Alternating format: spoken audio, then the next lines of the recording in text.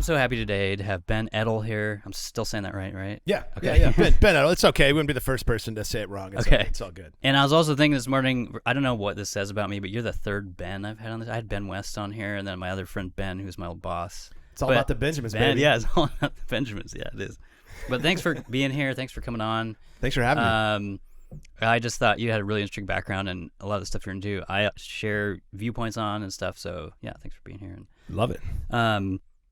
I wanted to start quickly with like two topical things that are bugging me, and I think one was bugging you, one was bugging me. But I wanted you to lay out this before I get into my scripted questions. This RFP thing that you discovered, or I don't know if you discovered it, but yeah, because it was kind of shocking to me, and as time drags on, our elections here in Oregon just seem so screwed up. And but anyway, just explain that to people if they haven't seen it, and like the problem with that. Yeah, and so an RFP, okay, for anybody that doesn't know what this means, it's a request for proposal.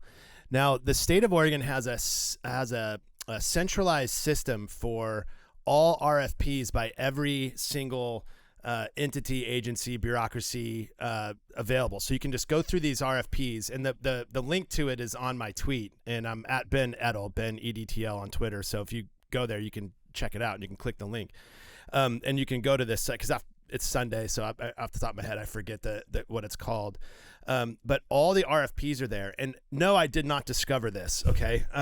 There is a lot of people who are very good at tracking all this information. And I'll say the resistance is what I'll call it, because it's a consortium of organizations and individuals and people.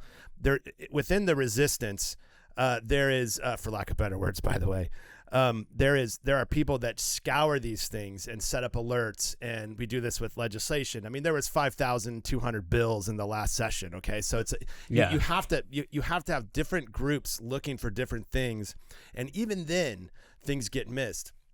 So obviously we need to grow the resistance so we have more people understanding what's actually going on in our state government.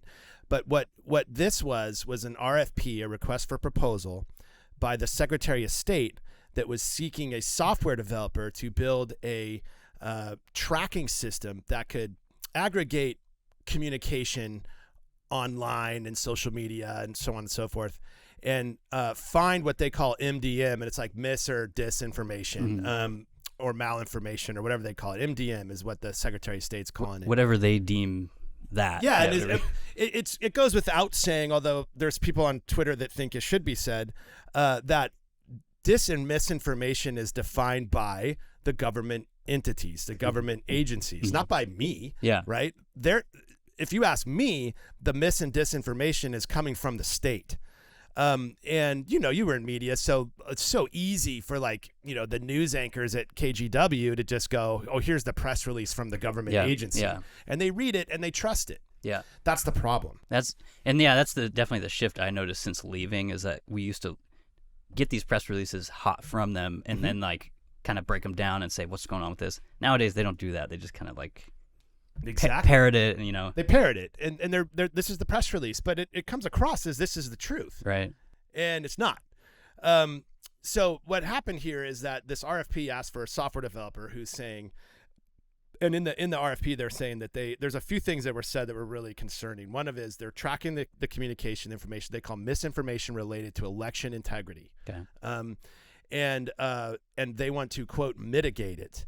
Now, there's some debate on my Twitter about what mitigation means. Yeah, do they mean delete or listen, if you got a broken pipe because it got too cold this winter, you're going to mitigate that by replacing the pipe. Yeah. You have to fix it. You have to stop it. In other words, when you're mitigating speech, it's about essentially cooling or suppressing speech. Censoring, getting rid of it, fixing the problem. From their perspective, it's a fix.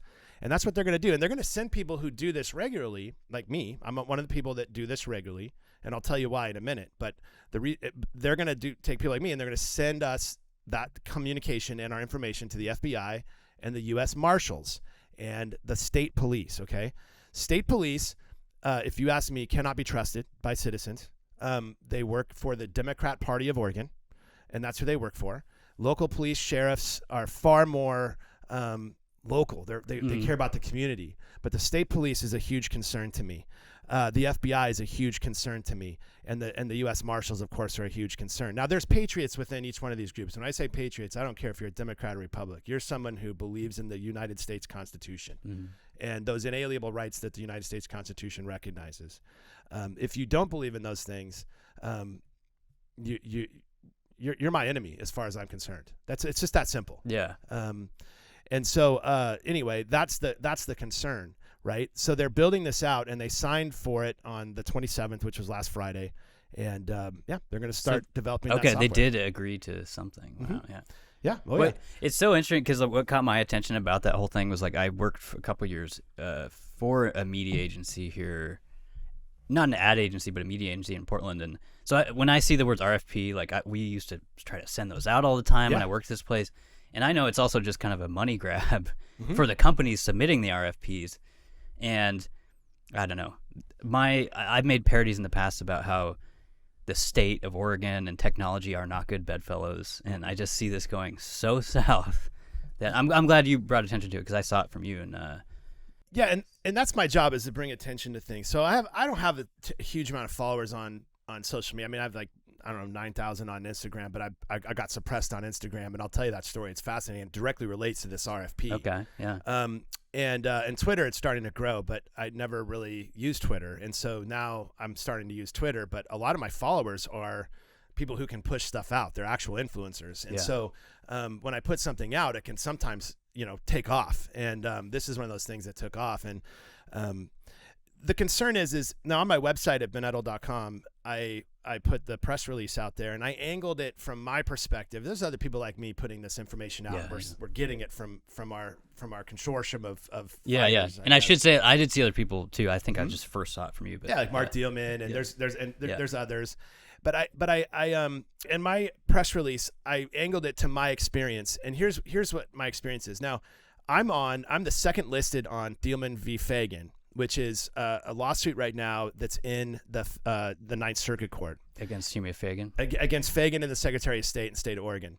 This is fascinating because when you watch what the Secretary of State puts out on Twitter and out in the media, and you see what we put out, they're oftentimes responding to what we're saying. Okay. We are in a direct. I'm in a direct fight with the Secretary of State over public opinion. And that's truly what's happening here. And I'm the second listed behind Mark, and Mark's a good friend, and we've been fighting together a long time. And he's listed first, and I'm listed second. And there's about, I don't know, half dozen others. But in this lawsuit, Dealman v. Fagan, we've taken the Secretary of State to federal court in the same basis of Brown versus Board of Education. Okay. So in Brown versus Board of Education, which is the big anti-segregation suit in the 60s that changed and eliminated segregation. Yeah. Not in Brown versus Board of Education, there was not one piece of evidence submitted to the court that there was any discrimination occurring. Okay. A lot of people don't understand this. You mean it's all circumstantial, or there was no evidence at all. Yeah. That and it wasn't even part of the case that there was actual discrimination happening at the black school versus the white schools. What they argued was that there was a perception of discrimination. There was a perception of inequality, and that's the fundamental court basis, the case law that was established in Brown versus Board of Education. That you don't need evidence that there's discrimination. You just have to win that there's a perception. There's a perception. Yeah. So all of Trump's election integrity cases, all of his claims were all shot down in circuit court, meaning it never got to the Court of Appeals of any appeals district, federal appeals district. It all got shot down, every single one of them, on procedural grounds. And legally, if there's a state election issue, that the federal court has to send that back to the state. But here's our predicament: the state judges are all Democrats, right? And not just Democrats. Okay, they're supportive and sympathetic to a more communist wing of the Democrat Party, the power control people, not regular Democrats, but the people in power, the communist control. You could say maybe hyper progressive or progressive. Yeah, hyper progressive or progressive, which are the leaders in Oregon. They're the elected officials. If you want to say that. But we brought a different case, and we said, we don't need any evidence that there's election fraud or massive fraud going on in the state of Oregon. We just need to prove that the perception is there. And so we're filing a lawsuit claiming, we've already filed the lawsuit claiming that there's a massive failure in confidence in Oregon elections. And we went to circuit court, which we had to do, and we were shot down by the circuit court judge in Portland, okay, the federal court in Portland. And the day we were shot down, the Secretary of State came out with a tweet saying this was a huge victory for election integrity, okay? And they sort of boasted about it. But 2 weeks later, 2 weeks later, the Ninth Circuit Court took our case on appeals. Okay. Then we argued in front of the judges in the Ninth Circuit Court with the state of Oregon, the Oregon Attorney General, and we won, and we were awarded expedition because of the 2024 general election coming up. Not only did we get picked up by the Ninth Circuit Court, which normally no election case in the country has been picked up by the Court of Appeals. Yeah. This is the one. Okay, because we argued that it's the same way that Brown versus Board of Education. Right. There's a huge perception, and we laid out all the evidence as to why there's a failure in confidence. There's a crisis in confidence. Okay, and in that, I did an Instagram reel after we were accepted, and I said, "Screw you, Secretary of State. You came out too soon. Now we're in the Ninth Circuit. Now you got egg on your face, right? Because you said it was a victory for election integrity. What a joke that is, right?" And first of all, it cannot be a victory for election integrity when the state brags that they're winning on a closed box system. Okay. You are not allowed to look in, and we can dive into some of this election integrity stuff, but you aren't allowed to see the vote cast record. You aren't allowed to see ballots. You aren't allowed to see anything. Everything's been pushed up to the state. And we have another case called Washington County v. Sipple, which is a huge case that has some crazy stuff. So remind me to tell you about that case too, because it's bizarre. It's crazy. But back to the Ninth Circuit Court, the Thielman v. Fagan, I went back out and on Instagram laid it out, some of the basic evidence that we have to prove that there's a crisis in confidence. And House Leader Dan Rayfield, okay, who's the Democrat Speaker of the House in Oregon, and the Secretary of State took that reel and they forwarded it off to the USA Today, and they ran a fact check on me. They sent it to Instagram, Meta, Facebook as violating community guidelines. They took the video down and suppressed my account to the point where I wasn't allowed to. They told me, they said, your account will not be shown to anybody new. And I went from averaging 500,000 views on Reels to averaging 4,000, 5,000, 6,000. Wow. With 10,000 followers. Yeah. So I was really upset. And it was Dan Rayfield, who's now running for Attorney General. Yeah. Okay? Well, and I also am thinking, just as you're pointing this out, it's like the same kind of pattern that happened with like the Twitter files of like some government agency reports stuff what they think is odd to suppress it or censor it. And that's kind of what happened with you. 100%. Yeah. That's what happened.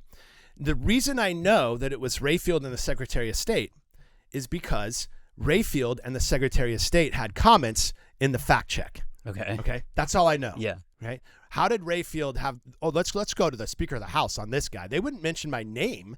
They just showed the video, and it was Rayfield and then someone from the Secretary of State, because they were in between times where Fagan was actually stepped down because she took LaMotta cash, and there was no acting Secretary of State. But I think it's very odd that Tina Kotek grabbed some no-name Multnomah County auditor and made her second in line to be the governor. Okay, this is bizarre. This isn't democratic. None of it is. Yeah. And so there's this huge body of evidence, and it's evidence of like writing on the wall kind of evidence, where you look at legislative architecture around election integrity and the removal of local democratic control. That's one of the things. All power to the state. In the last 3 years, we've had hundreds of bills, new laws that take away local control and local power when it comes to homelessness, policing, elections, school districts. Yeah.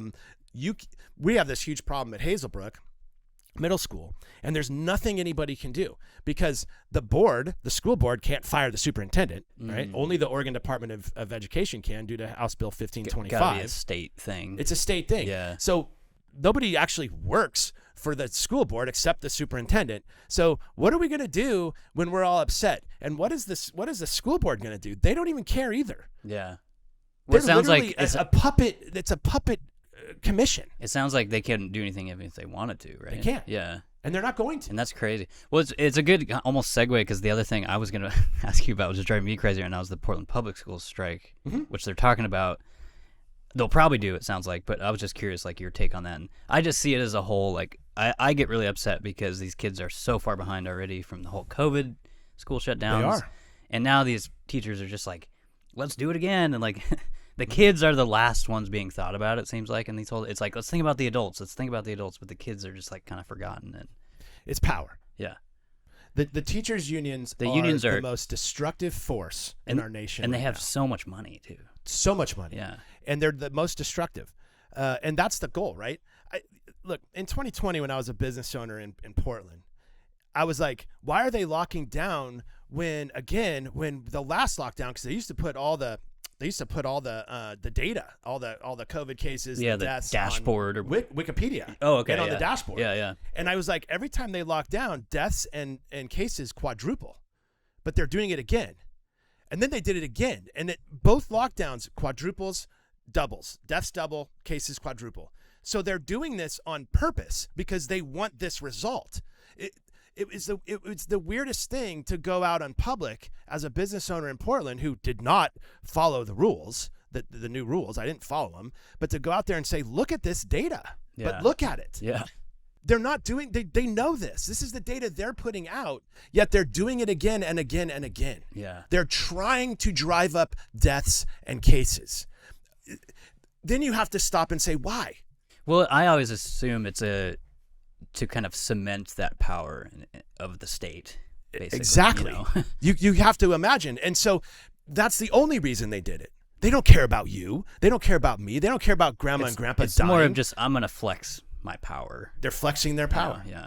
And so there's a few people like me who said, no, you're not, right? Even though we were going to get essentially run over by a truck doing it, which we did. I did. Yeah. And sacrificed our business, sacrificed our all of our wealth that we had generated. We lost $1 million in assets in a few months. Yeah. Well, this is fascinating because I was going to kind of go back to like your kind of bio, because I didn't know any of this. So tell me about your business that you used to run. And well, I fluked into I had another guy on here, the same thing. He ran a coffee shop downtown for a long time, and he's a goat farmer now. He's like, fuck this. I'm like, this is even before Might COVID. as well. This is before COVID too. Yeah. And I'm like, I get it, dude. Like, it's not business friendly, especially it's horrific. Yeah. Yeah, it's horrific. And no, I've been an entrepreneur for 25 years, and I fluked into specialty coffee in 2018. Okay. And I actually took over a bankrupt coffee roastery, not knowing anything about coffee, but I was like, I took over this bankrupt business and indemnified the guy of the debt. And I assumed a lot of debt, and I assumed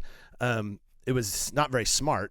But I thought I could turn it around, and essentially we did. Going into 2020, we were growing. We had cut the debt by 75%, and we started acquiring cafes across the city. Wow. Great cafes, all this momentum, like Coffee House Northwest and all this stuff. And we were still cash tight because every dollar was rolling in, and we were growing really fast. And then the lockdown came, and it was like, oh my God, going into the spring of 2020. When that's summer is the high business for coffee, summertime, and people come to meet, and then our business was essentially shut down, and the government took over our lease agreements, which is a Fifth Amendment taking situation where a lease is private personal property. Mm-hmm. The leases we held, one was on MLK between Killingsworth and Alberta, right across from the police station, which we all know that became a shit show. Yeah, it was a hot spot. Yeah. Oh yeah, the hoopties would come in and block both ways, and then Antifa or whatever, BLM would come in and take our dumpster, light on fire, block the doors. Yeah, all anything kinds near of that crazy. precinct was it was horrible. so crazy. Yeah. But it was for nothing, and it was all based on the support. Any public support they got was based on lies, 100% lies, and there's because look what happened after. That's how you know they're lying. Because who's better off now? Yeah. Nobody. Okay? Yeah. Nobody. So we all know that was a lie. Some of us knew ahead of time, but also we had Coffee House Northwest on in the Alphabet District on 20th and Burnside. And then we had 33rd and Division. We had our multiple occasions. Yeah, we had 3 locations. Yeah. And I would go. I gave her 2 weeks. She said 2 weeks flat. Right. Yeah. But on the 15th day, I said, fuck you. And my staff, 20-year-old baristas, right? Yeah. They all had college degrees and couldn't get jobs because their degrees were stupid shit, right? Nobody wants to hire you if you have a fucking gender theory degree. Like, okay, what are you gonna, make coffee then? Yeah. And I mean, it's true. And because it's all hocus pocus. Yeah. For the most part. I agree because I have no college degree. I have no college degree either. Yeah. I never got indoctrinated. All my old siblings get into debt, and I was like, I'm not doing this. Yeah. You don't need to. Yeah. Just not that dead. I found lots of right. dead, Yeah. But yeah, I'm the same way. I didn't go to college, right? But I'll tell you, it was a total disaster, and my staff kept putting signs on the windows that you had to wear a mask and you had to stay. And I said, take the goddamn signs down. Yeah. Well, you're going to get a fine. I'm going to get a fine. Right. You're going to take the fucking signs down. Yeah. Right. And then it became like, well, wait, this dude's a Republican. Right. And then the cancels came because it was all, yeah. In Portland, the R word, it's an R word. It's an R word. Yeah. Yeah. People get scared of the word, They do. But let me tell you something. I don't belong to a religion. Yeah. Okay. I'm not racist. Not at all. In fact, just like the total opposite, right? I went to Benson High School. I was the only white kid on my hoops team and the football team, and I just grew up in an actual place where actual black people lived. Yeah. And now it's not the same. It's not that way. Yeah. the white liberals live there now. Gone back. Yeah. It's crazy to me. And Malcolm X, he said, beware of a white liberal. Okay. And he was a big 2A guy. So I look back to Malcolm X and I think, why aren't we going that direction? Right? Yeah. Like, why aren't we all getting on board with that? And ironically, I don't think progressives today listen to him or MLK. So either one of them. They kind of just throw them both under the bus. But well, they're racist. Yeah, they're white. That's not today's form of wokeism or whatever. I don't know. Yeah, they weren't going far enough. I don't know. I guess what they were yeah. But that's the problem. I mean, we're all in this position because we had a legitimate civil rights movement that needed to make sure that gay people had the same rights as straight people, right? I was a huge advocate for gay rights until they went past the line and interfered with my rights and my kids' rights. Yeah. But I heard there's a big rumor on the street, by the way, that LGB wants a divorce from TQ. Yeah, so there's a huge amount of infighting going on. Yeah. Well, there should be. This is bizarre. Yeah. And so once we achieved the true American vision, which took a couple hundred years, by the way. Yeah. And Republicans, by the way, were on the forefront of that. Right, Lincoln, just to name drop one. Okay. Also, Antifa tore the Abe Lincoln statue down, by the way. But of course they did, because Abe Lincoln's a racist. Right, he's a horrible guy. Because he fought the Civil War to end slavery because he's a racist. Got it. Yeah. But we got there, and then what? You've got this massive political apparatus that has a massive ability to raise money and has a huge amount of resources that literally doesn't have. They work their way out of an industry. Yeah. So what do?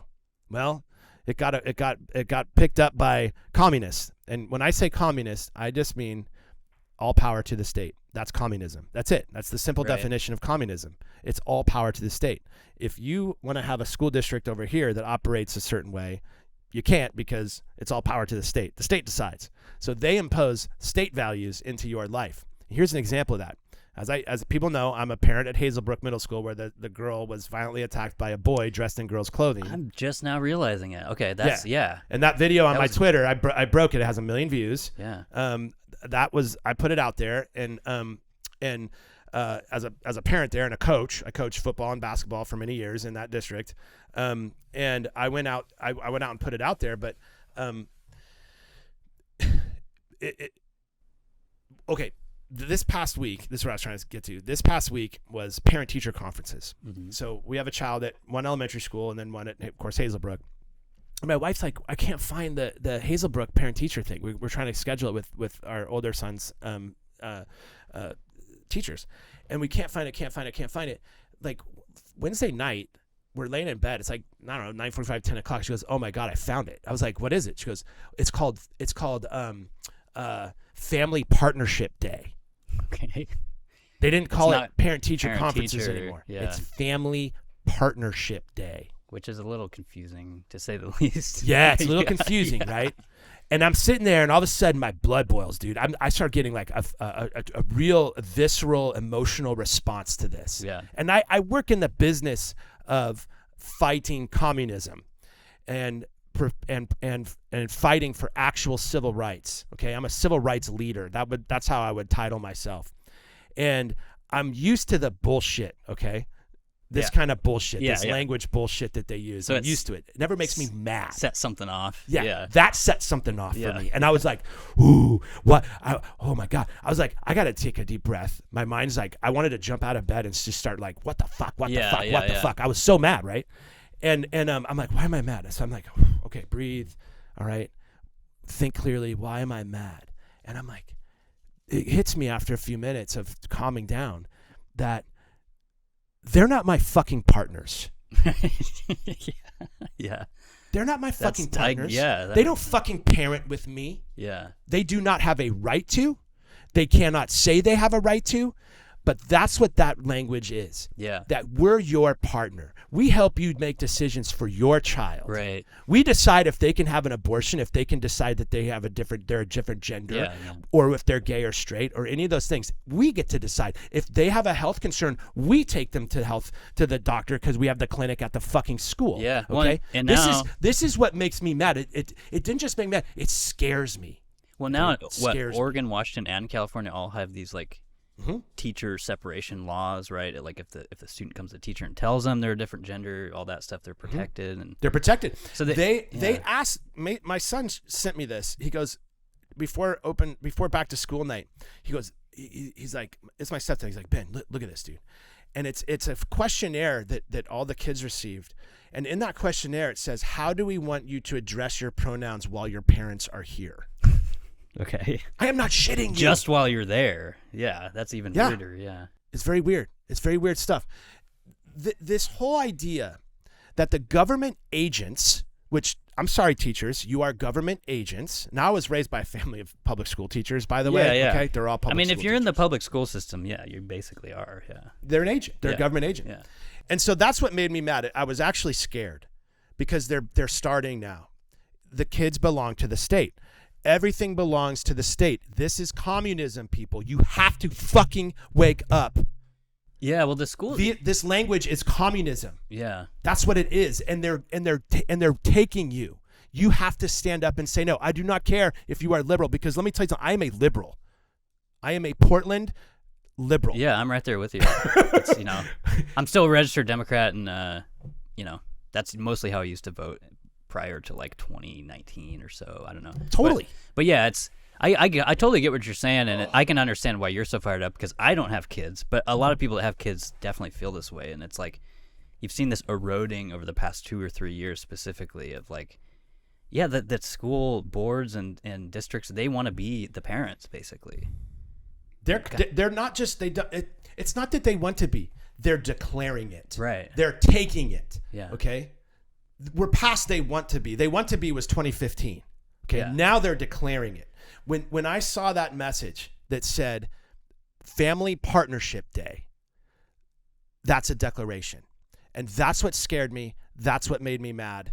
And I'll tell you this. I went to Family Partnership Day. You went? Yeah. At Hazelbrook. Yeah. Okay. And I have a different last name than my stepson does. Okay. And so wife and I were like, oh, this will be interesting. And I already know, because there's some teachers there I'm in communication with, right? So I know there's a revolt going on. Because you're saying you coach there and stuff. Yeah, and I coach the middle and there's the elementary schools as well that feed into it. But I knew that it would be interesting. Every single one of my stepson's teachers recognized me because we have different last names. Mm-hmm. They're like, oh, and they start telling me like how grateful they are for the work that I'm doing, exposing them, and how much like that we have to get help. They are desperate for help.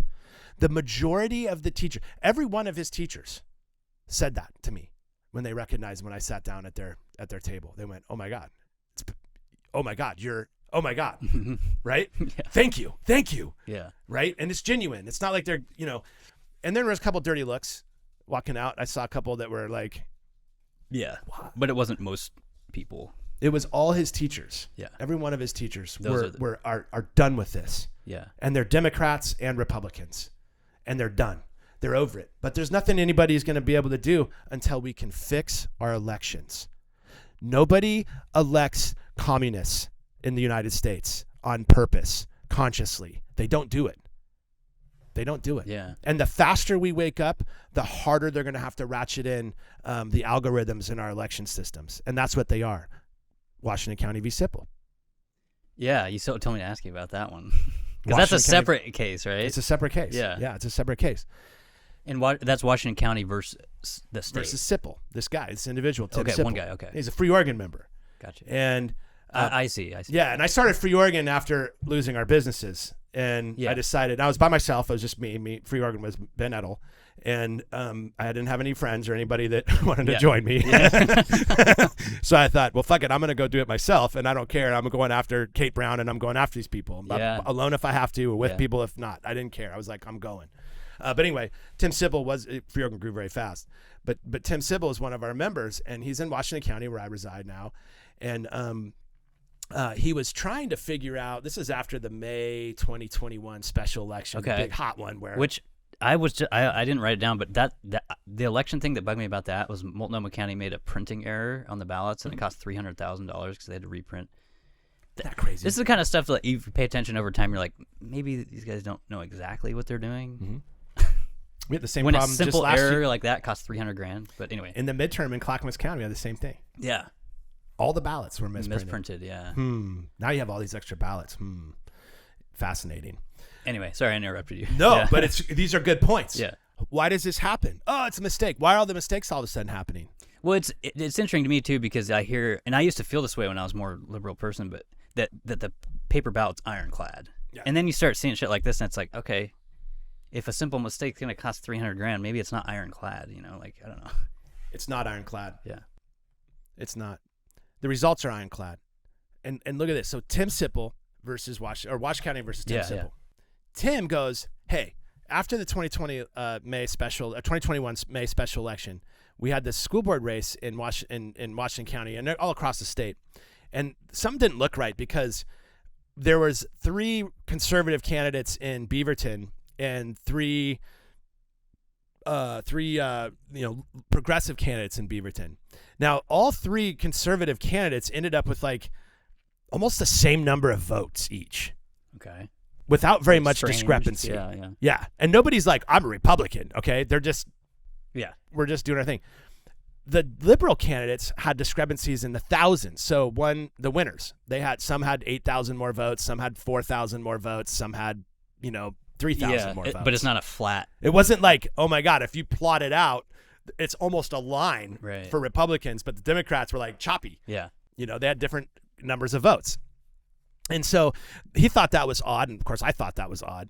And so he goes and makes a public records request to Washington County elections. And he says, hey, he's starting out. He goes, I just want to see the test run, right? The test run of ballots where before they start actually feeding ballot, they kind of fire it up ballots, and just make sure it's they fill out real ballots and they run them through to see to check accuracy. Yeah. He just wanted that.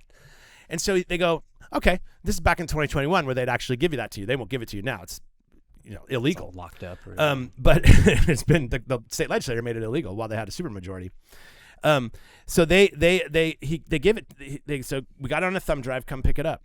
So he runs down over there to the elections office, picks up the thumb drive, gets home, sticks in his computer, starts the transfer, and he goes, "Oh, I'm gonna go do something real quick." And he goes and comes back, and it's like at 1%. He goes, "Well, that's weird. It should be done." And he's like looking at it, and then he checks it, and it's 8 terabytes of data. Dude got the whole fucking thing. Okay. Okay. They mistakenly gave him all of it. Yeah. The database codes, everything, the whole shebang. Okay. All the ballot images, everything. Wow. All right.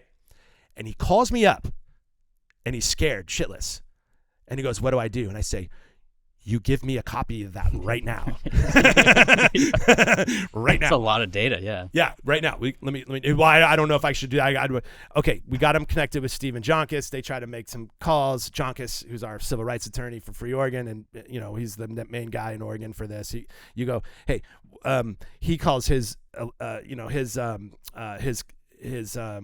ethics attorney that he bounces stuff off of, and the ethics attorney said you got to tell the county that they mistakenly gave you the whole shebang. Should at least let him know. Yeah, and he felt like he realizes now that was a mistake, that he didn't necessarily have to do that. Yeah, that's interesting. Yeah, he didn't have to do that first, but he did. And next time we won't do that, state, because we did find legal precedents that it is our data.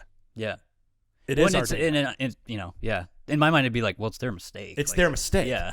And so we didn't have to notify him right away, but we did that anyways. Okay, we thought that was the right thing to do. See, we tried to do the right thing, so we thought that was the right thing to do, so we did that. Within 24 hours, Tim Sipple gets slapped with a lawsuit by the state of Oregon, the Oregon Attorney General, and the Washington County, with a gag order and a prevention of demanding it back, saying that he couldn't share with anybody, talk about it, anything. Boom. Wow. Right, and then we fought back. And we said, no, we need to have a hearing about this. Okay, this is public information, number one. Yeah. The state does not have the authority to say we can't have election data. Okay, it's our elections, not the state's. And we won, and we got to actually give the data to experts. So we gave the data to Dr. Frank and a big team of people that work nationally on election stuff through the Trump administration and whatnot. And we had our trial. And when we went to trial, one of the things we were saying was we created a 500-line code that showed that we could actually hack a disconnected tabulator that wasn't connected to the internet, that had no modems, that we could hack it and actually change the ballot images. 500 lines of code. It was very, and we said this is extraordinarily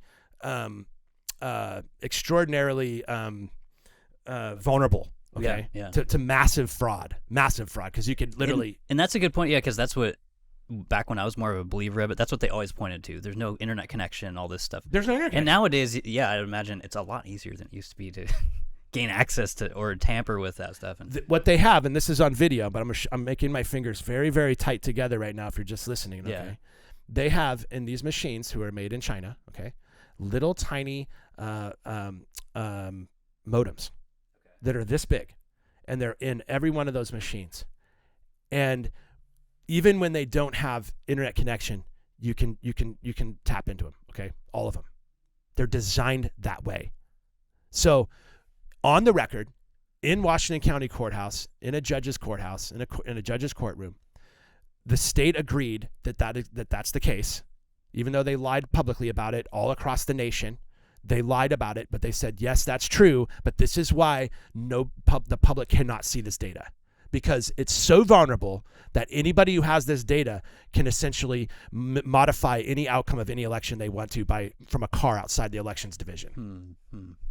So they took our own argument to prove the vulnerability of these tabulators and used it against us.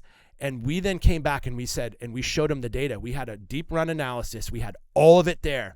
And we asked the judge to show, and the judge, this is what we found. In all 126 precincts in Washington County in 2020, in the 2020 general election, in each and every one of them, all 126 precincts, exactly 84% of Democrats turned out in each and every one. Yeah, it does seem strange. Yeah, 84% every single time. Yeah, but stranger yet, in each and every precinct, all 126 precincts, exactly 82% of Republicans turned out. Yeah, no variation or anything. What they did is they built a ceiling. They said 84 Democrats, 82 Republicans. And they just did the math on the split. Yeah. Whatever the split is, margin, right? Yeah. So in order for Democrats to be guaranteed, we have to have 82% Republicans turn out. That's the ceiling. That was the ceiling. And they ran it at 84. And the judge said, I don't want to see that data because it will prejudice me. And this is all public record. So literally anyone who wants to, before you make any claims that I'm full of shit or I'm lying about it, go read it. The transcripts, everything. I have them. They're on our websites. They're on Jonka's website. They're available at the county. You can go get it through a public records request. Okay, you can. So say what you want to say about me if you want to say it. But I'm telling the truth, and it's provable. We got receipts. Yeah, okay. Yeah. So we argue that, what do you mean prejudice? You're a judge. There's no jury. Prejudice is used in courtrooms to prejudice a jury. The jury can't see it. But we wanted to argue that this would be admissible in the court. But the judge said no. The attorney general objected and said, this is not admissible. Objection. This is not related to whether or not, no, this is related. This is the fraud. In Washington County, the voters of Washington County were completely defrauded, okay? And we have evidence of it. This is why the people need to be able to see the information and provide our own oversight on elections, because we're getting defrauded here, okay? Mm-hmm. And the judge said, no, I'm going to be prejudiced. I don't even want to see the data. I don't want to see the evidence. And then we were like, are you shitting me right now? There's no jury. You're the judge. You're inherently non-prejudiced. Mm-hmm. This is your job to not be prejudiced, right? And then the judge called a fucking recess and moved it to the end of to the next day. Mm. Literally recessed out. When was this? Last year. Okay. And I was thinking too, this is in Washington County? Washington County. County court? County court. Okay, gotcha. Yeah. And so we went, oh, are you shitting me right now? This is fully corruption. This is total corruption. Yeah. Next day you come into court and the judge says, not admissible. That is just wild, yeah. And we went, it's not admissible. Okay, right. We have all the data. We got the okay from you, the judge, to review it and run analysis, and we did. And this is the crazy shit we found. Yeah. And so then now just last week we actually filed and won appeal to the Oregon State Supreme Court, which still isn't going to matter because they're all judges. Right, every one of those judges has been appointed by a Democrat governor in the last 10, 15 years. Yeah, it's totally. But still, we're in this situation where we are getting discovery from the state. And every time the state denies discovery and fights and objects for discovery that we ask for is a nail in their coffin, okay? So we are putting the pressure on right now on the state to either go full tyranny, okay? Full fucking Mao, full Stalin, full Hitler, all right? Or they're done. And we're putting that pressure on. And that's what's happening right here, right now, in the state of Oregon. We have them by the short hairs. They are backs against the wall. Are they going to decide and come in and drop martial law? Or are they going to end up, getting thrown out as attempted coup, attempted tyrants? Yeah. What's going to happen? Yeah, that's really interesting. Yeah, I honestly had no idea that you had these two cases and stuff. I knew you were way into the election stuff. And maybe this is a good segue into I had on here 2024 predictions. Yeah. For next year's election, just locally and nationally. But it sounds like with all this stuff, you don't have a lot of faith in much of it. It's interesting though, because I hear a lot of people complaining about, sort of tied in with the ranked choice voting, which I'm also curious how you feel about that. But there's a lot of people complaining about what am I thinking of? Local elections and. Oh, no, I'm sorry, primary elections in Oregon and how they're fucked up and doesn't give people a chance. And obviously in a state like Oregon, we have it's beyond super majorities of one party. And to me, it's not healthy at all. That doesn't, I don't know. But yeah, I'm curious, how do you feel about next year? And what do you think is going to happen? Man, honestly, great question, but I don't know. Yeah. So I ran against Rob Wagner. He's the senator in my district. And Rob Wagner is now the Senate president. Okay. Guy's fully corrupt. I mean, he's horrific. I had a debate with him on Willamette Week. You can go to my website and you can watch it. Wait a minute. You did one of those where you go to their I sat right next to the son of a bitch. Okay, I'm gonna watch that. And he truly is a son of a bitch. He really is. I mean, most politics, people are people, right? And we have different views, and we should argue our views, and we should argue why we're better. We should keep it pretty clean. I do agree on keeping things as clean as you don't want to go to war with people, right? You unless you have to. But Rob Wagner needed to be exposed, and I'm in a D60 district essentially, right? So I'm not winning this race. Okay, right. I'm in South Portland Metro. Yeah. It ain't happening. If you still live in South Portland Metro in 2022, 2021, you're drinking the Kool-Aid, right? Yeah. But nonetheless, I debated with the guy and I talked about Measure 110, which he passed. Measure 110 into law without appropriating any funding for treatment. And I called him on that. Why did you not appropriate the funding? Because that's what the voters wanted. They wanted funding for treatment, but you didn't do that. And he's like, wow, I don't know, I got to ask somebody. And I'm like, you're the no. Yeah. I'm asking you, bro, right now. I'm just, what do you? I'm just like, I think it's so funny that you did one of those because like Willamette Week's been famous over the years for doing that in a shitty office with like horrible audio. Yeah, it's terrible. Just, like, terrible camera. But terrible. Anyway, I'll have to watch it now. Go watch it. It's on my now.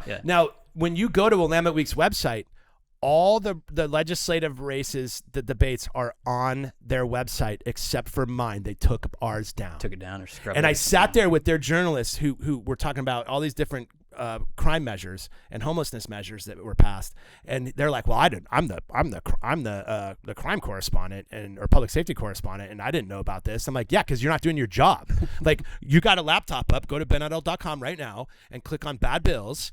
And go down to public safety, and they're all right there. Click them. You go right into OLIS. You can read them yourself. And then he starts doing it, and then he's like, "Okay, yeah, Rob, like, answer this." And then I got him on because, and he's like, "Well, I have to look at it. I have to find out. I don't know." I'm like, "No, it doesn't work." But anyway, 2024 election. Okay, that's what you were asking me about. And I'm not running, because I think we have a different fight on our hands right now. Yeah. I don't believe that our elections are legit, and I don't believe it because until we go to paper ballots, show up, we get rid of vote by mail in person. Yeah. Yep. We have smaller precincts like we used to, where you might have 200, 300 households in a precinct, and you can count them in 45 minutes, hour with enough people, and they're all right there in that box. Go look. Until we have it's not a 2 or 3 weeks after and all this stuff rolls in. Yeah, we need not just 2 weeks, 6 months. Yeah, even longer. 6 months. And there's all kinds of shenanigery that goes on. When in the first 2 months of my election, after my election, I was walloped. Like, Wagner beat me so bad, I should just run away and never ever be in politics again. But when I looked at the data 6 months later, it was 2-1. It wasn't even that. It wasn't even 2-1. It was like 1 to 1.5. Okay, but they have 6 months to finish reporting. Yeah. And so for that time, they used to demoralize opponents. And then after, if you still care about your results and you look back 6 months later, that was a fairly close race considering I got nothing from my caucus and I raised 40,000 to Wagner's 600,000. Okay, so like, if you consider that I did that. It's a pretty good victory. It's a pretty powerful thing that happened there. Yeah. But you gotta wait 6 months to see the actual results, and in the meantime, you can be ridiculed or whatever for getting your ass kicked. Yeah. And that's all these demoralization tactics are built in and baked into the system. So our election system in Oregon is the worst in the nation, 100%. It is horrific. And I don't care what party you are. I think it's very hard for someone whose team keeps winning to look at it. And I think it's hard for Republicans who win to look at it. They don't want to. Yeah. They're like, well, no. I was questioning shit, but I just won. So like, let's not question it anymore. Yeah. Yeah. I get that's it. kind of the mentality. You're like, well, no, they're legit. How dare you? Yeah. But I think there's too much happening right now, too much going on, that our election system is really, really questionable. And so we have to fix that first. We need verifiable elections, okay? Verifiable. Yeah. And we don't have verifiable anything. Nothing's verifiable. Yeah. Zero. I don't care. Look, there's a case, May Wong and Dana Himan Allen who have a lawsuit pro se in federal court because May Wong, who ran in my same election, 2022 midterm, she was running for Metro. Okay. And she came out leading all of her opponents for her position, okay? And throughout the night and the following few days, her vote count went down. Just got eroded down. It got her gross number of votes counted dropped by 2,000, 3,000, 5,000. And they have screenshots of all of it. So you're saying, it's an additive process. Because, at first I thought you were saying the opponent started to gain ground, but you're saying her actual she just lost went down. Yeah. Gross number of votes. Yeah.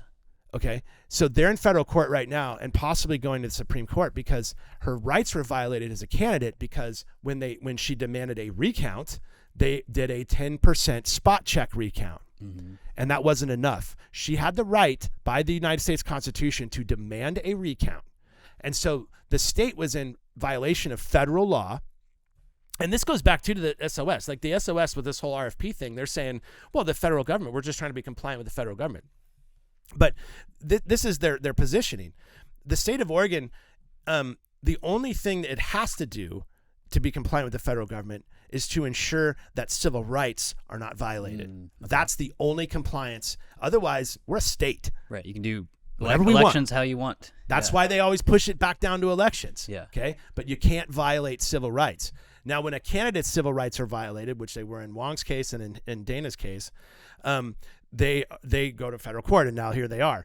And we're also trying to figure out, why did it go down? Yeah. But the state has no explanation for why it went down. Unusual, yeah. Mm-hmm. Yeah. But they wanted it to go down. They didn't want May Wong to win, you know? Yeah. So yeah, we're in a very weird world right now. It is, yeah. Well, I'm curious too. I've asked a bunch of people who come on the show, like, if you think Oregon could ever have a Republican governor, because we've had them in the past, but it's been a long time. And I voted for Drazen, but I don't know. I think it's like possible, but it's there's a lot of power and money obviously in the other direction. And well, there is, but here's what a lot of people don't realize. In the regular session of 2022, the bill's on my website. I can't remember the name off the top of my head, but it was a elections bill by Dan Rayfield. Okay. And he was the chief sponsor in the House. And you'll have to, you go to Edtl.com and hit bad bills and then go to elections. You'll see it, where they actually brought back into the system, into the voter rolls, more than 525,000 previously deactivated voter registrations. Mm-hmm. And they brought them back into the voter rolls. Okay. Which for a state like Oregon, that's a lot. Yeah. Well, no, sorry. It was 2021. So 2021. Yeah. We have 4 million people. Yeah. That's 500,000. Yeah. Like, I don't know. I didn't. It's a large percentage. Yeah. Neither one of us went to college, so God knows what that actually is. Someone listening to this can probably do the math in their head. Ask Siri. No, maybe it's like 1/10 or something. I don't know. Something like that. But it's a hefty amount. But when you consider the fact that Drazen lost by less than 40,000 votes. It was a very narrow margin. The 525,000 different new voters that were previously deactivated, meaning the ones who died or moved out of the state, why'd they get deactivated? Look, this is what I put on Twitter of the evidence that we have in federal court right now that got me banned on Instagram, not Twitter, but Instagram. Yeah. And by Dan Rayfield himself, the guy who sponsored the 525,000, influx of new voters, quote unquote. I'm doing air quotes right now if you're listening. They're not voters. They were previously deactivated. Same guy. But Multnomah County in the last 4 years has only removed 3 voters from the voter roll in 4 years. Now, we know more people than that are murdered every month in Portland. Because normal procedure, if you're dead, you should be not on there. You should be gone. Yeah. Okay. Now, just today, I tweeted a post that Free Oregon had tweeted, and I just retweeted it. But it was a person who's like, Mary died. Okay. And I went into and it has the pictures of everything and Mary's name and everything else. I went into to Washington County elections and I said, she's dead. Here's her death certificate, and then got a ballot in the mail. From that person. For that person. Yeah. And so that's a voter on the system. Yeah. So when you can take all the people that actually voted and didn't vote and you can stack them up electronically through algorithms and software programs, well, shit. It almost looks like a game at that point. You're just like, it's a game. Sliding stuff around and adding it up. And I wanted to point out too, I said this to a couple people, but this is like an old problem, but I remember, I'm not going to say who it was, but when I was a teenager, a friend of mine's dad would take their teenage kids' ballots and sign them for them and basically vote for their kids. Yeah. If that makes sense. And that's like an old form of fraud that anybody can do still today with Oregon's mail-in ballot system. Well, and they can. And we another claim we have in our court case is that, University of Oregon State or something like that. It was like University of Oregon State where they had because a lot of the kids got mailed double ballots. So the kids would get a ballot at home where their family lives, and then they'd get a ballot In college. Yeah. And so what they asked him to do, and this was the oh my gosh, the SL. What's the big government workers union? It's the SEIU. SEIU. Yeah. SEIU. So the SEIU, Gigantic union. Yeah. gigantic government workers union, it's massive. Yeah. So the SEIU actually comes down and they have this like ballot drive where they ask the kids to drop their ballots off in the SEIU box that they're not filling out to collect the extra ballots. Yeah. And we have that in our lawsuit too. We're like, why does the SEIU do this? Shouldn't these ballots be shredded? Should they even be mailed? Shouldn't someone just have one address and one ballot? Yeah. So these are the questions that we're asking in federal court, and these are the questions that Dan Rayfield thinks should be suppressed. Yeah, well, it's also like, I think for anyone who's concerned with election integrity, these are valid questions for anyone to ask and at least just look at, Well, and so and exactly, and Rasmussen, which fairly conservative kind of group, I guess, but really reputable for many, many decades as a strong polling company, came out just last week and said that more than 50% of Democrats nationwide believe that there was cheating in the 2020 election. Yeah. Because once Democrats start sharing notes going, did you vote for this guy? Did you vote for Biden? No. Well, neither did I. Neither did more than half the other Democrats that I talked to, now that we're all sharing notes a little bit, wondering like, okay, we're in World War III now. We're still making payments on our college loans. Like, what's really going on here? Yeah. And, a bag of groceries at Fred Meyer is $80, for fucking hot dog buns. Yeah. And you're like, what's going on here? Yeah. And Biden's saying he just won the fight against inflation. As we spend our way into World War III, literally giving money to, Hamas, giving money to the Iranians, giving money to the Ukraine. Now we've got like a three-way. Yeah, we funded the the Israelis, and now we're in a war, and now Biden's a wartime president. You want to know what I think is going to happen in 2024 election? Is I think that, and I fear not, because last year and the year before that, or maybe last year, the conspiracy theorists that I sometimes chat with, they're like, there's not going to be an election. There's not going to be a 2024 election. It's going to get stopped. And they're all saying this, that the people on the fringe, which God help us. That's interesting. I've never heard that. Yeah, are often right. Yeah. And I don't believe it, and I don't want to believe it. But they're saying in some kind of emergency, the aliens, or emergency, right? The aliens. Yeah. Now, I'm a guy who's been studying aliens for my whole life since That's cool. Oh yeah, dude. I'm big into like the whole conspiracy theory around prevention of the public from being able to see and know about alien life, disclosure, and all that. Yeah. And you look at other countries like France and Italy, and they're like, yeah, that was an alien saucer. So Australia, a lot of countries they don't care. They're just Europe. They're like, no, yeah, that we had a UFO. Like, that's what it is. But in America, they're like, that's not true. That was duck butts, or that was weird reflections off of the moon. We had the whole Project Blue Book and all that stuff. So I already have an inherent distrust of government because I'm a freedom guy. I'm a liberty guy. I know that if we put enough power together, they're going to abuse it. And so I've always been that way. But I already have a distrust. And now I'm like, why now?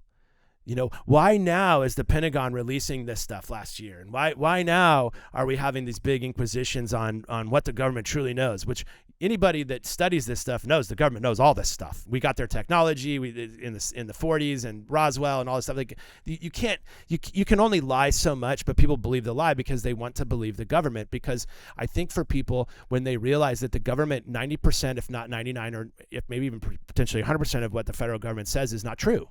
And when you realize that, your paradigm of safety and security blows up. Mm-hmm. Now, I see life more realistically.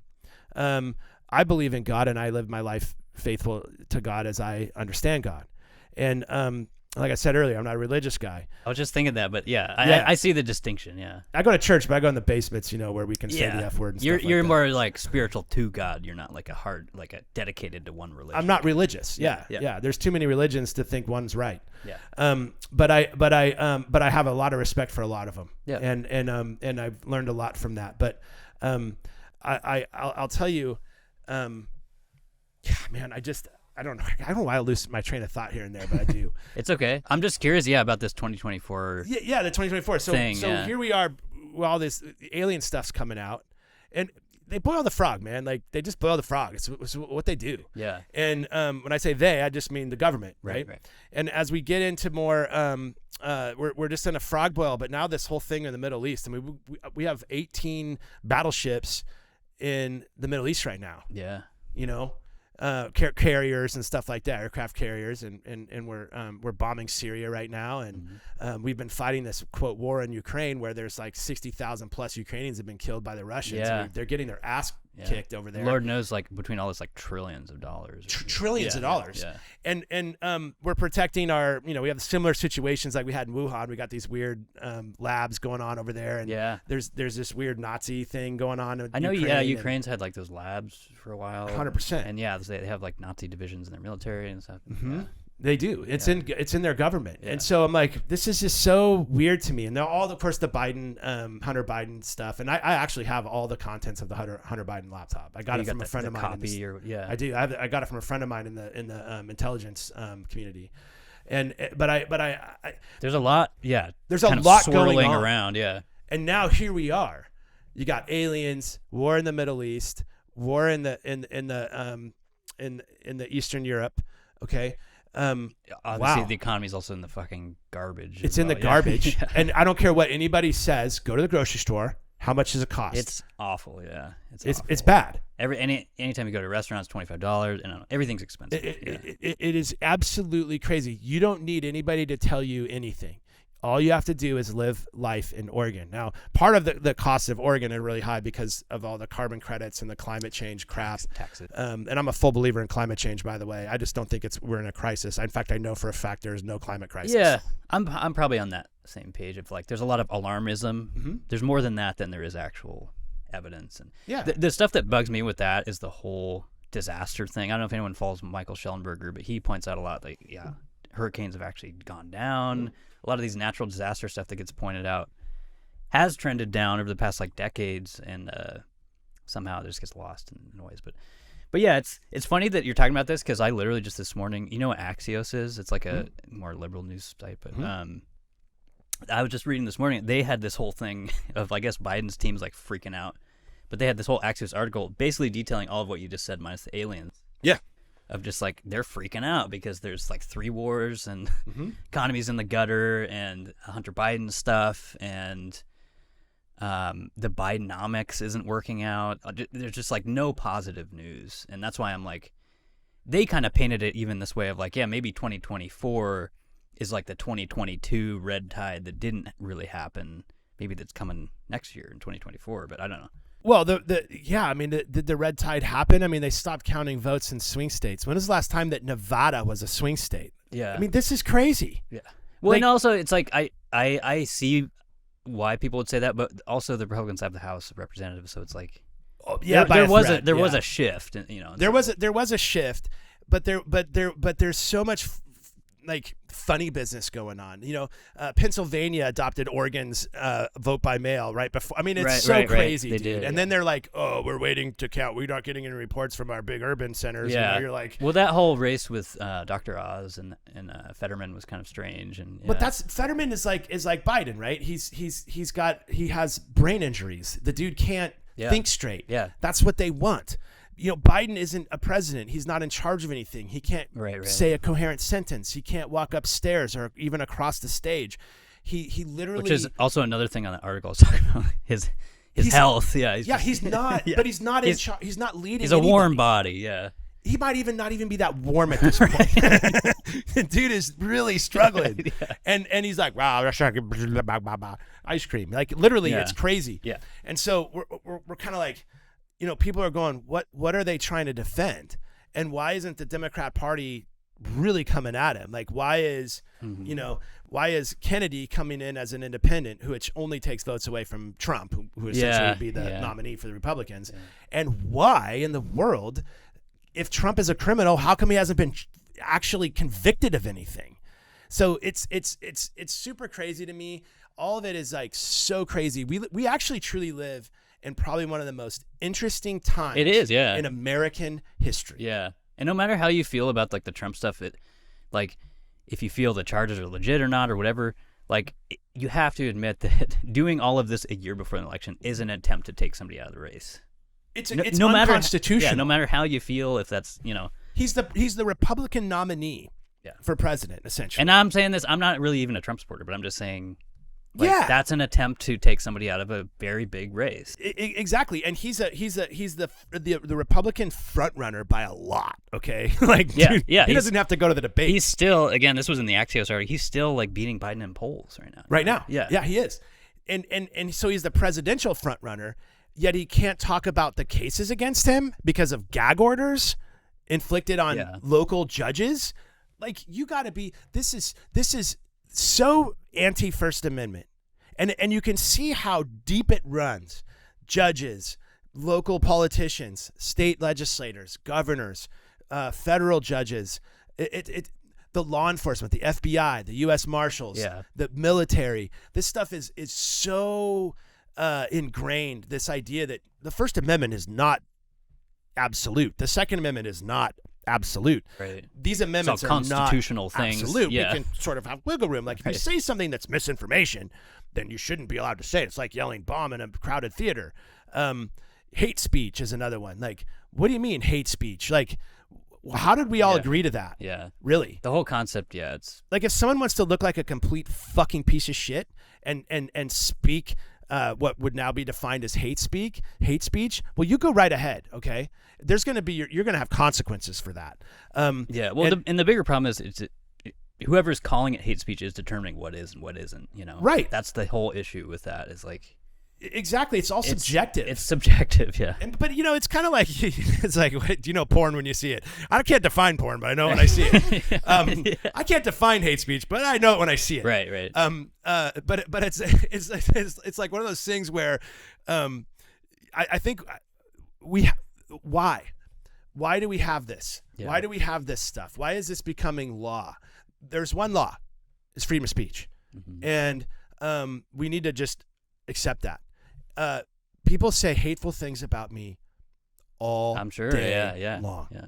They call me white. They call me racist. They call me whatever. They call me Nazi or whatever. Yeah. Nazi. Yeah. They call me stupid. Yeah. They call me all kinds of mean things. All right. And I'm doing okay. All right. I do just fine. I sleep great at night. Okay. Yeah. I sleep great at night, and I get a lot of gratitude, and I get a lot of hate. But I never started off on this path for anything other than to fix it. Yeah. All right. So I have the same level of weight on the haters and the lovers. Yeah. It's just the same to me. Yeah. Okay. And I'm not going to stop. All right. I'm not going to stop. We're going to keep going. I'm not running for anything right now, but I will later. I will later. Okay. I will later. Yeah. I will later in the future. Yes. That's great. But right now we have to win. We have to fight. And we have to take advantage of the fact that the Secretary of State is literally on their heels right now. Their backs are against the wall. I don't even know, and I guess, you probably know more, but after Fagan's gone, is it still that interim? She has to run for re-election, but that's how they got right. That's how they got Kate Brown, right? Yeah. They put her into Secretary of State. Then she had to run for re-election. Got in the governor's office. Rick Dancer took her on. I don't know if you know Rick Dancer, but he took her on. Yeah. Lost, but close enough. Then they appointed her into governor's position, and then she ran as an incumbent position, and that's how they do it. Mm-hmm. And when you have the power, when you have all three branches of government, you can install your leaders that way. Yeah. And as we all know, Kate Brown wasn't the sharpest tool in the shed. Okay. No, yeah, it's funny because I always tell people on the show too. I have like photos of her, like I've done video shoots with her and stuff. And I used to be a fan. I have like a photo of me in a Patagonia shirt. Maybe I'll put it up here, but standing next to her. And but yeah, she probably historically will go down as one of the worst governors of the state. And I'm on the page of like, people have been saying this kind of in a more angry fashion, but I'm one of those people that's like, we need to have like a full audit of like her time with COVID and the OHA director and all those people, and kind of audit that stuff and find whatever we can about like what they knew and what they neglected and all that stuff. But I don't know if I doubt that's ever going to happen. I don't know. Well, I would like for it to happen. But the only way for that to happen is if we have Republicans take control. Yeah. Now, I agree with you. I'm kind of nonpartisan when it comes to this stuff. I'm a Republican, and I think the biggest problem in the state of Oregon right now is Republicans in leadership. And I've heard people complain about this, because they're not. Do you see them as kind of the old, they don't do stodgy way of? They just don't do Republican things. Yeah. So Tim Knopp is the the Senate Minority Leader. Yeah. Bend, right? Yeah, he's out of Shutes County. Yeah. And there's another guy, Brian Iverson. And Brian Iverson is not elected, but Brian Iverson does what I do now, right? I just joined in this summer. I started a company called Politigy, and you can go to politigy.us. And we're a public relations firm, and we're managing campaigns, and we're doing insider work. Brian Iverson does that work in the legislation right now, and prior, and his wife, of course, was the House Minority Leader. And they're very corrupt. All the money that comes into the state of Oregon for Republican politics, I got a couple of things to say about Republican politics, but comes in through them, through the leadership caucus. Okay, the House and Senate leadership caucus. It's all funneled there. It's all funneled there. So all the national money, and they got more money this past election cycle in 2022's midterm than at any other time in the last 30 years in Oregon. The Republicans had more money coming in nationally because we had a flip state. We were going to flip the state. Yeah. All the polls showed When it. is that whole that red momentum? Yeah. It was all coming in 2022 midterm. And so what happened is that they handpicked the right people that they wanted to fund for legislative races, state or Senate and House. And then anybody who was like of the Freedom Caucus mindset didn't get a penny. Okay. They didn't help them. But they lost their biggest races. So like Kinnemeyer in District 20 next to my District 19 in Clackamas County, he lost his race, and it was the most expensive Senate race in Oregon state history. They just threw millions of dollars at this guy, and he lost. And like I, for example, didn't get a penny from the caucus because, but my messaging was really strong, and I had a movement. I had more volunteers than Drazen. I had more donors than any of them combined. I had, I think it was like 2,300 individual donors for a Senate race. It's like unheard of. A lot of individuals. And if they would have amplified even with like 30, 40, 50 grand, my messaging, I could have helped Kinnemeyer win that race because we're all right here in the south to southeast, southwest metro area side by side. So my TV ads could have helped him win, right? But they don't see it that way. But when you do get to the point where you're looking at politics from the perspective of a politician, shit looks different. Okay. It looks different. Our Republicans are really mad at Lori Chavez Dreamer, who I know personally as a friend, and I support her wholeheartedly. Okay. And Congressional District 5. And she wouldn't vote for Jim Jordan, and Jim Jordan's the MAGA guy, right. you The know, whole House she can't vote for Jim Jordan. Right. So there's no way she can, because they're already running hate ads against her because they're trying to get her unseated out of this, and Skinner or whatever's coming back, and the Democrats are pissed and they're coming back again. at her. And so if she votes for Jim Jordan, she is truly going to be the MAGA congresswoman. So there's like 7 or 8 Congress people who are Republicans who just got their seats, and they're in a purple or split district, and they can't vote for Jim Jordan. Okay. Yeah. So they ain't going to, but the House majority is so slim that they need those 8 votes to get what we want done. The Republicans all hate Lori because she's not doing what she said she's going to do. She's not being a real Republican, but they don't understand that she has to hold that seat or it's going to go to the Democrat. Right. Okay. Yeah. So wake up, people. We have to be smart. Now there's a difference between playing politics and playing it smartly, because it is like a 10-dimensional chess game sometimes. Yeah, it is. And playing it right versus rhinos, Republicans in name only, RINOs, right? Like Tim Knopp, who say, we're going to do this big walkout and we're going to raise all this money, and then we're going to go back and we're going to pass House Bill 2005, which is a de facto gun ban in Oregon, and we're going to pass House Bill 2002, which one of these sons of bitches, these Republicans, voted for to pass it in the House, and he's getting primaried right now, but it was a caucus person. It was a Knopp, Brian Iverson caucus guy who did that, and they're going to defend his primary race, and they're going to invest in his primary race. That they go back, and then all except for 3 of the senators that were Republicans that were good that walked out are now no longer eligible to hold office next term, except for Knopp and the other 2 douchebags, because they made a deal. Okay. And so now like Thatcher, Linthicum, our longest standing, highest ranking senators are not eligible for re-election. And that was done by Tim Knopp and Brian Iverson. They did it on purpose. They had all the leverage They had everybody by the balls, no budget, no nothing. You get House Bill 2002 the hell out of here, and you get House Bill 2005 the hell out of here, okay? And they didn't do it. They went back in and they passed them both at the last minute. And while they passed them both, they threw out all the other good Republicans in the Senate. They're all gone now. I'm curious, what do you think about that, like, with what you just said? Because I've been thinking a lot about how, like, what do you call the sit-in stuff, all those senators and reps who are going to be expelled or punished or whatever, in that clearing out process, like, what do you see happening? Will it just be filled with, like, moderates? I see a super majority in that. All the Democrats are just going to take those They're going to take those seats. I see a super majority coming. And an even more super majority. Yeah.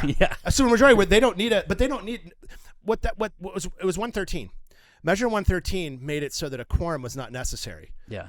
Whoever had the majority could rule the rest. And we've already seen what the Democrats in power, okay, not regular Democrats, but Democrats in power, what they do when they have power, okay? They demoralize, they destroy us. Yeah. If anyone wants any evidence, just look at the just look at the humanitarian crisis. Literally, I went downtown for the first time in a long time and had dinner, and I could party. It was like Friday night, 6:30. Okay, I'm at a nice hotel with a nice restaurant with my wife, and there's parking spots all over the place. Yeah. Number one, and the only people walking around outside were crackheads or drug dealers. Right. Only. Yeah, it's true. That's it. Every time I was just there a couple weeks ago, and it was, as soon as you get into downtown, there's tents lining the sidewalks, and there's the only people you see are generally on drugs. And literally, we're across the street from the Ritz. Yeah, and like, it's that crazy. It's sad too, because when I was just down there a couple weeks ago, my friend Kristen, who I was visiting, she said because I was like, I take a lift down here. There's no way in hell I'm driving down here anymore. Yeah, and she said she's had her windows punched out like 5 times because she has to park down there. But yeah, I don't know. My heart breaks for anyone who lives down there, and my heart breaks for the city. I love Portland. Yeah, it's interesting. I'm a Portlander. Yeah. But just to put a button on what we were talking about, it's just a really interesting, like, and a lot of it's by design, but yeah, we're going to see this like clearing as a result of this, and it'll be interesting, I guess, but probably not good. I was also going to ask you about the Idaho. How do you feel about the Idaho movement thing? It's very divisive. Like I swing back and forth sometimes, and mostly I feel like it'll just re-bolster the Democrats' like hold on what Oregon would be left with, which is basically Multnomah County and Eugene, I guess. But I'd be down with the Idaho thing if they ran the line right down the Portland metro area south, and then they carved off Clackamas County, and then they annexed like the southern tip of Washington County into Clackamas County, and thereby Idaho. That'd be a cool compromise. Yeah, I'd love that deal because then I'd be an Idahoan. Yeah, and that would be fine. I can't live in Idaho, man. I got family in Idaho. I don't like the place. Okay, all right, okay. I ain't living in Idaho. I've never been, so I'm a guy who was born and raised in a liberal city, and I like it. Okay, yeah. I like liberal cities. I always have, because I'm liberal in a lot of ways. Yeah, and they used to be a lot better. Oh my God, they were the best. I was watching a movie from Seattle in the '90s the other day, and I was just like, man, remember when it used to look like this? And like, I don't know. But I remember driving around like main roads in Phoenix. You're like, pothole. I'm like, you fucking Republicans, man. They like fix the roads, all right? It's like we all have. There's good and bad things about all of us. We're wired a certain way. Oregon isn't going to allow the agriculture to get lopped off and head over to Idaho. All right? Yeah, they're not going to. It's too valuable. But they're also destroying our agriculture. Okay, with their Green New Deal shit. And let me tell you something right now. I have my in-laws are beef ranchers in Eastern Oregon. Okay. They live in a county with 1,300 people. Okay, the whole county. Very small. Yeah. Yeah. And but they're beef ranchers, and the whole landscape is littered now with these massive, skyscraper-sized windmills. Windmills, yeah. And let me tell you something, what that does to the habitat, okay? It's crazy. Yeah. The whales are dying off our coast because of these windmills. I was just talking about that the other day, and because a lot of that info, which pisses me off, it's a Michael Schellenberger thing too, but it gets scooped up as, it's a climate change thing, these whales, or it's a fishing thing. This is what I was complaining about. They blame it on fishermen and people in the ocean. But it's these fucking windmills. They're killing whales like left and right. Well, but here's why, right? This is what's happening right now. This is what most people don't realize. I want everyone to go to a website called theoregongreenplan.org. Okay.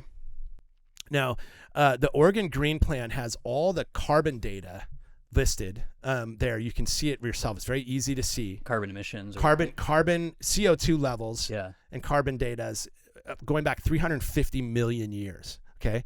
So in the last 350 million years, we're at the lowest CO2 levels that we've seen in 350 million years of data. Now, if you go back in human history, they got about, a couple thousand years, right? And we have these periods of time where, like the Renaissance and all this, where our CO2 levels were really high and our temperatures were really high. Yeah. Humans do really well with warmer temperatures. It's the ice ages that fuck us up. Yeah, okay? yeah. That's a scary part. And right now, in the last 350 million years, we're at a point right now where we are almost to the point. Let me rephrase this. We are almost to the threshold in which plant life will not survive on Earth because our CO2 levels are so low. Okay? That's where we're at. If we continue to drop CO2 levels, then we're going to go into a massive ice age, and we're going to end up killing plant life, and we're going to starve to death.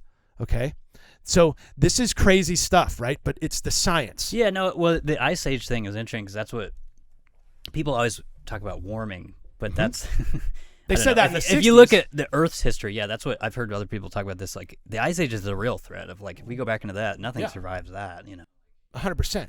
So who wins? The Green New Deal, who wins? So first off, you also got to look at it like this. What we have is these European globalists, these United Nations folks who are like, oh, this is the issue. But they're all influenced by China because we are no longer the world power. We are no longer the world economic power. That's a fact. China is. So China controls the United Nations now. And what they want is they want to build out a bunch of windmills, and they want to build out a bunch of solar panels, and they want us to destroy our fossil fuels because when we get rid of fossil fuels, we end up fucking our entire economy. Okay, that's what happens.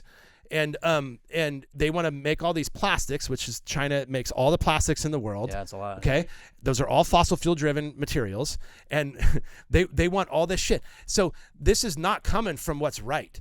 And as we're putting out, oh my God, this is a crisis. So we're going to put all these windmills out that have, like 500-foot long, turbines. wings and turbines that they don't biodegrade. Dude, the lithium mines for batteries, it takes fossil fuels to run them. Yeah. And the lithium mine, go look at some pictures go Google lithium mine and just look at images. It's okay? awful. Yeah. It's awful. Dude, they're destroying the environment, the water, the groundwater.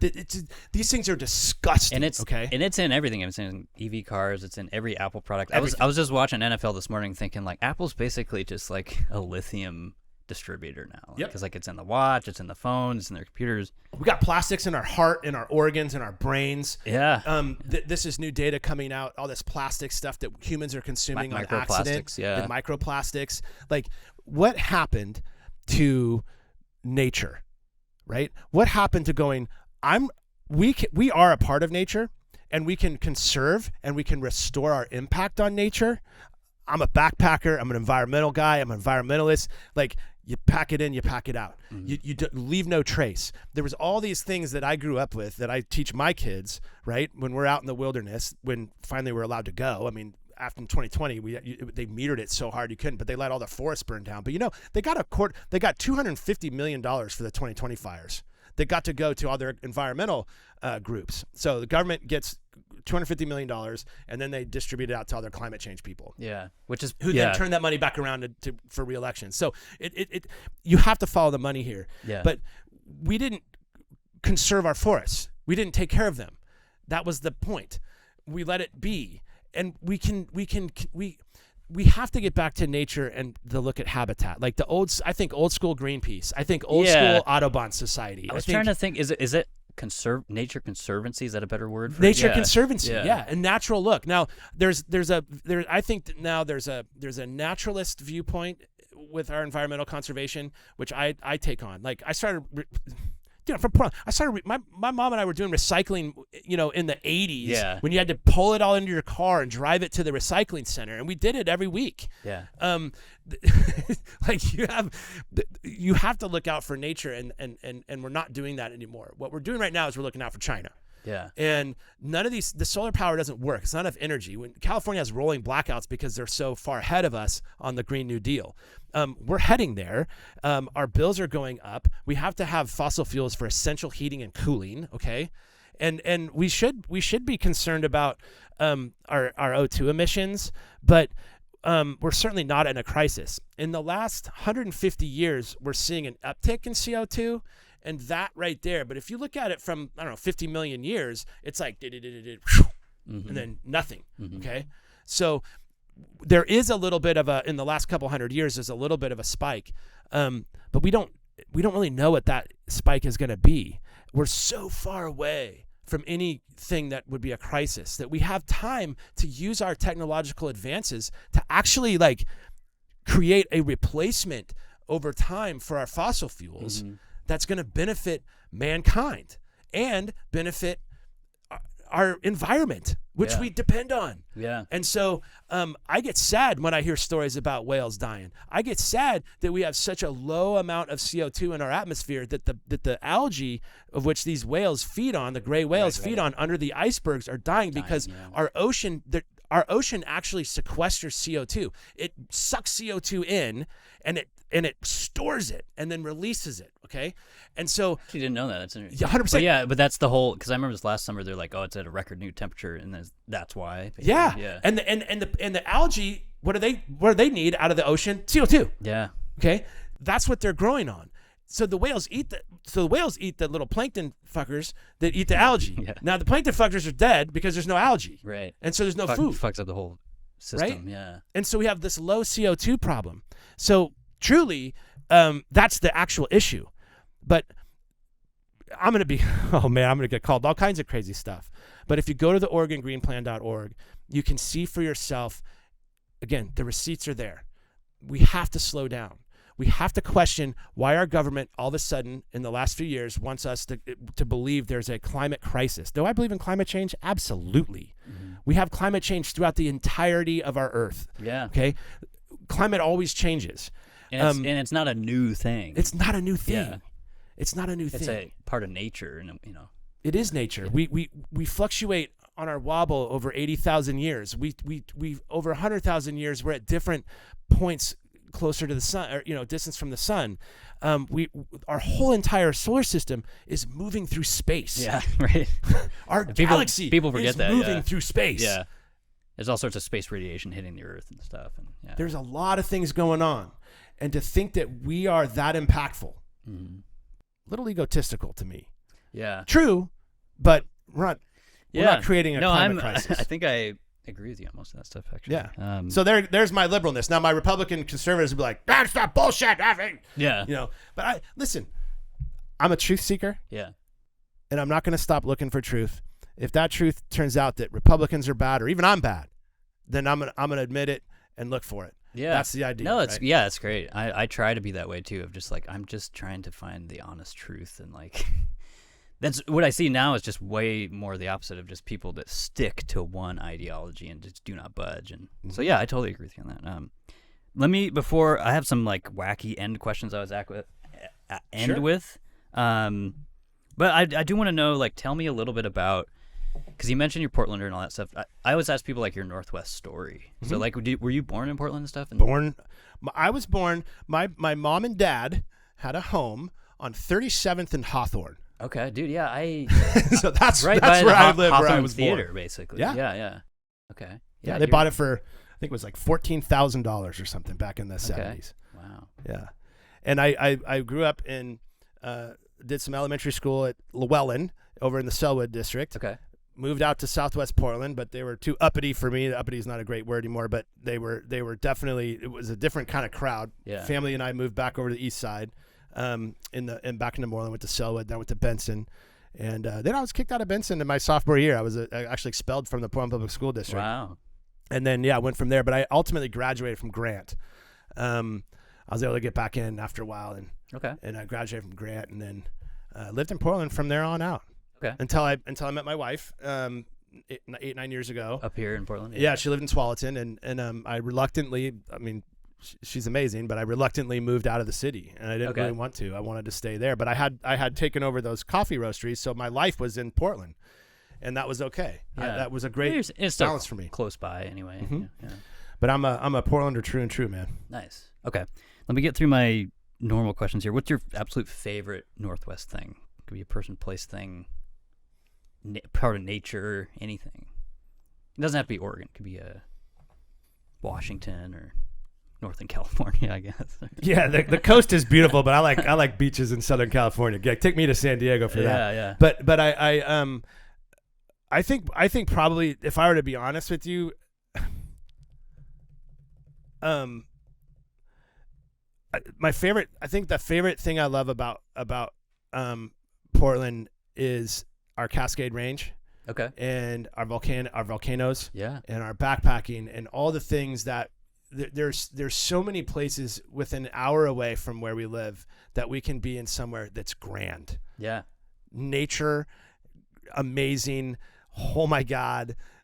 Did I just walk through this? Like, this is so crazy. Like breathtaking. Yeah. Yeah. And we, like, that's the Northwest to me, right? Like, we're nature people. And no other region can do that in the country. And my most hated thing about Oregon is all the dipshits that drive slow in the fast lane. I can't do it anymore. I just can't take it anymore. Not one more time can I take it. Like 200% agree with you.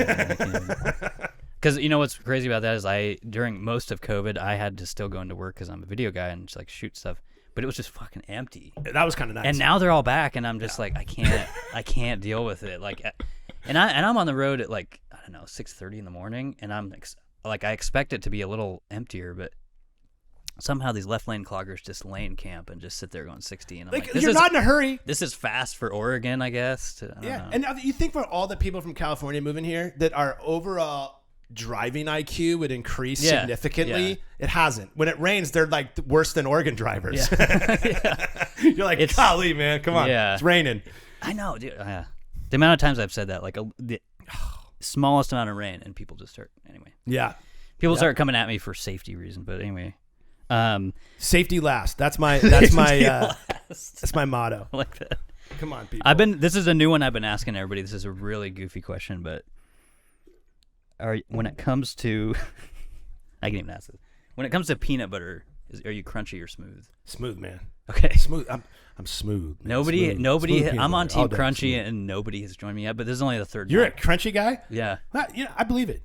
Yeah, getting to know you for the last hour. I like weird foods too. Yeah, I do. I like. Give me your weird food. What's your weird food? Like at work, I'm known for like mustard a lot. I like mustard. Dude, mustard's the best. Yeah.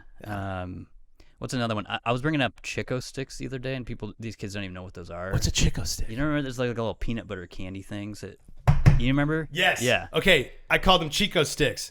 Maybe that's how you say it. No, I'm gonna go with your Chico sticks. Like when I was a kid, I pictured like chicken, and then you eat it. It's like peanut butter. But anyway. Yeah. You know, so one of the things I have for breakfast quite often is peanut butter toast with banana slices on it. So you toast the bread, you slice peanut butter it up, and then you slice the bananas on top. Slices, yeah. Dang, man, that does sound good. Yeah. You should try that with crunchy peanut butter. You'd love it. I should try. Well, the other thing people make fun of me for is from Sling Blade. I love that movie, but I eat biscuits with mustard. Maybe this is the first time I'm ever saying this on the show, but it sounds disgusting. But I like that sometimes. I don't think you can get. You look like you're not agreeing. But yeah, I know. No, I'm thinking that it's not. I'm thinking that could be what's that ice cream place that could make that into Salt and Straw. Yeah, Salt and Straw. Make that into an ice cream, like mustard biscuit ice cream or something. Salt and Straw. Yeah, if you're listening, pickles. Please make this into an ice cream, and I will eat it. But yeah, be on the lookout. Is there anything else you want to talk about before we wrap it up here? Yeah, I'm curious what your like. What would you like to see for Portland? What would you like to see? Yeah. Things in Oregon and Portland go? Like, how would you like to see it go? I would like to see more people, and people are going to come at me immediately for this, but I would like to see more people like Rene Gonzalez get in there, who I think he's still a Democrat, but just more moderate people that are sensible and have more common sense. I think it's trending that direction. And then also, like, the other half of that to me is like why I'm doing the show is to get people to like stop saying that Republican is an R word. It's a bad word. It's like, because I even feel like when I was younger, it's like, it's okay. Like, we're just all people, and people will just have different beliefs. But in Portland, you know how it is. It's just like, you say that word and it's like, you're an evil person. Like, fuck you, like all this stuff. And I don't know. I don't understand how that is cohesive with diversity.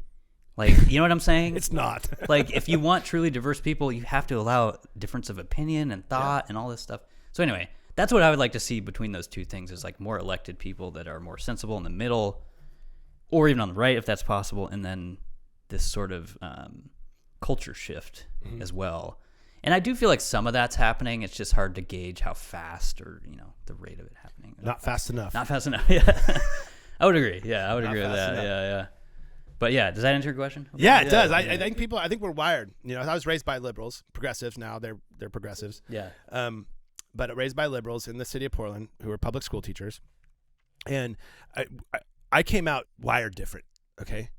Like, I think we're wired, and this is human survival, and I think it's a very necessary reason why we've gotten this far, is that there's some of us who are wired for collective, and some of us who are wired for individualism and independence. And together, we have to sort of find our way, because I am a Republican because I believe that the majority of people, we should live in a place, our nation should be a place where the majority of people cannot take away the rights of the minority. Yeah. Democracy is always the pathway to communism. And democracy means majority rules. I'm scared of guns, so I don't let you to have one. Mm-hmm. So that to me is wrong. It's inherently wrong. You can't decide for me if I can protect myself that way or not. Right. That's our right. And so republicanism is about, and we need to get back to this. Yeah, well, it's a good point, the whole concept of a republic. That's the concept, right? Republicanism is about these rights cannot be taken away by the majority. These are the inalienable rights. These are the rights that people have. I'm not on the religious wing of the Republican Party. And I disagree with my religious friends who think that somehow we should incorporate more. There's a reason why our founders said, they always declared our country as under God, and it really is literal. Our government is under God, okay, meaning that God is a hierarchy, whatever you want to call it, not Jesus, not Muhammad, not Buddha, God, just the basic general thing, the concept. The government is underneath it, meaning that the government is not the almighty, okay? Once you take that layer of, quote, God off the table, what becomes God? The government. Yeah. Okay? That's Marxism, that's Stalinism, that's communism. There's no power greater than the government. It's the highest power. It's the highest power. Yeah. But when people go, I answer to God, as they understand it, then the government is then beholden to the people. Yeah, and maybe it gives people a little more skepticism and just built-in criticism of the government. It does. Yeah. And I'll say this. In God's universe, if you want to assume that, let's say God created all this, or there's a creative energy or a force in our universe, which I truly believe there is. It's hard to deny it. Then the rules are pretty self-evident.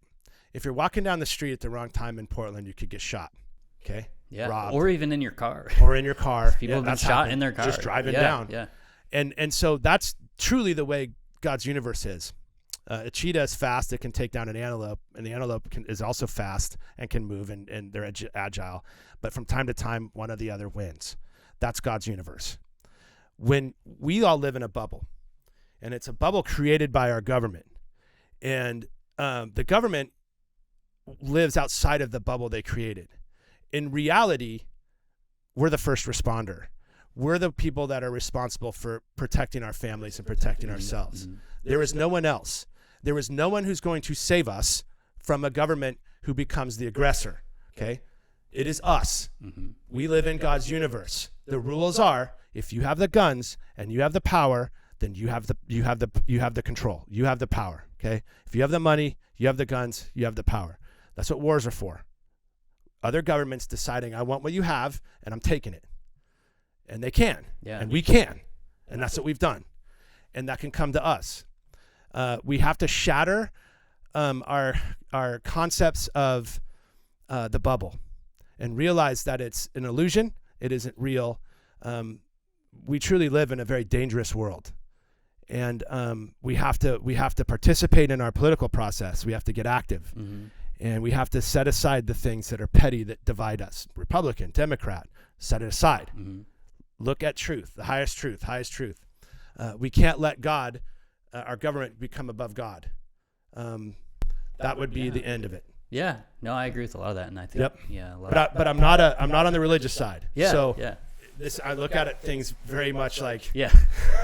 we live in a bubble. Yeah, I get it. I'm pretty much on the same exact page as you with that stuff. But, And the bubble's bursting right before us. Yeah, and like you said, I do think it's like one of the most interesting times to live in, because I'm one of the just to kind of end on this. I think it's interesting and sad that like a lot of our youth, a lot of people my age, maybe even your age too, like